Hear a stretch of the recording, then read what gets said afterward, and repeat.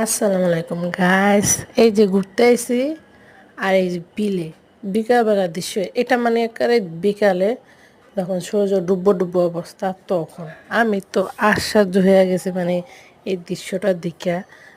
সবসময় তো দেখি মানে হালকা পাতলা, কিন্তু এরকম ভাবে কখনো দেখি নাই। আকাশটা অনেক সুন্দর, আর কতক্ষণ পরে পরে মানে লাগে কি রং চেঞ্জ করতেছে, কালার চেঞ্জ করে এরকম অবস্থা। আমি তো চাইয়েই রয়েছি। আর দেখেন এইখানকার দৃশ্যটা অনেক সুন্দর দেখা যাইতেছে।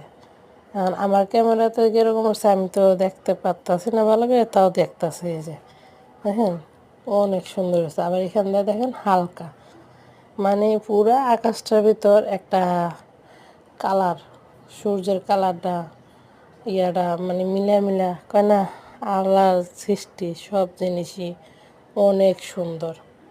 কারণ আল্লাহ সৃষ্টি করা। এটা একদম সন্ধ্যাবেলা, মানে একদম মাগরিবের আজানের সময়। এটা হচ্ছে মাগরিবের আজান দিতেছে, তখন একবার সন্ধ্যা হয়ে গেছে, তাও অনেক সন্ধ্যা হয়েছে। আমরা যেহেতু ছাদে পিকনিক করতেছি, তাই এই দৃশ্যটা দেখা হলো। আর যদি ছাদে না আসতাম বিকালবেলা, তখনও এই দৃশ্যটা দেখতাম না। আমি ওই হালকাতে দৃশ্য দেখেই আমি কইতাছি আর একটু থাকি দেখি। ওমা, দেখি কতক্ষণ পরে দৃশ্য আস্তে আস্তে পাল্টাইতেছে।